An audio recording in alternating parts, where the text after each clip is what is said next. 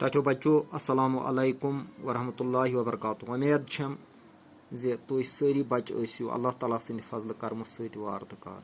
टाठो बच्चो गोडनेथ इंसान सुन सारे खुद बड़ दौलत सह सेहत, सह जिंदगी। जिंदगी अकि बड़ मकसद खतर अल्लाह ताला अता कर्म।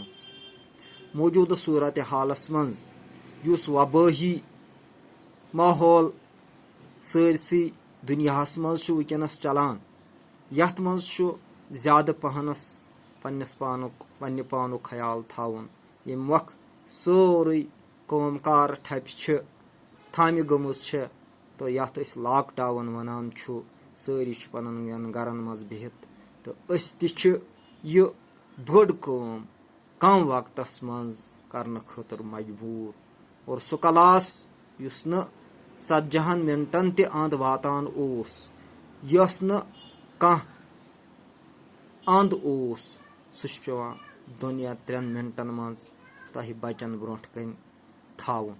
टाठो बच्चो मे उम्मीद कि तुलियो पन्नस यथ वक्तस फायदे, पन्नस पानस रच करित दियो पूरा तवज्जो परनस कुन तो सह मकसद करो हासिल।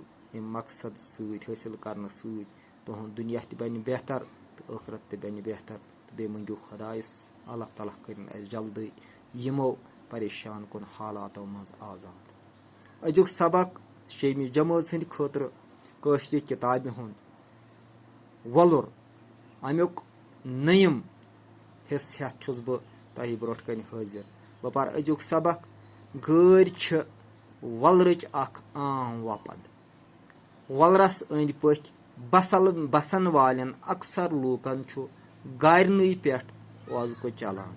गार कंड हेथ ते क्लन तो फुटरवित गारन हंदिस फलस चोर मोल मिलान, चोर मोल यवान। गार कशीर नेबर ते सोजन यवान। गार कमाई करन वालन महकमा माहल संगारस कुन रुपये भरित बाज़ाब्त लासन कड़न पेवान। नीलन गारन हंज लासने कमई रकम भरुन पेवान। यो टाठो बच्चो अजुक सबक। बह कर कह सवाल यथ सबकस मुतलिक यम सब बह तह वर पठ यह जहन नशीन यह सबक गि। वलरच अहम वपद क्या? वलरच अहम वपद गार। वलरस अंद पथ बसन वालन लूकन हुंद ओजक कथ पे चलान। वलरस अंद पथ बसन वालन लूकन हुंद ओजक गारन पे चलान। कमन गारन चोर मोल यवान, फुटरायमतन गारन कंड फुटरायमतन गारन चोर मोल यवान। गार कमाई करन वालन कथ महकमस कुन पेवान फीस भरुन। गार कमाई करन वालन लूकन पेवान महकमा माहल संगारस कुन फीस भरुन पेवान। यह अजुक सबक। वसलाम।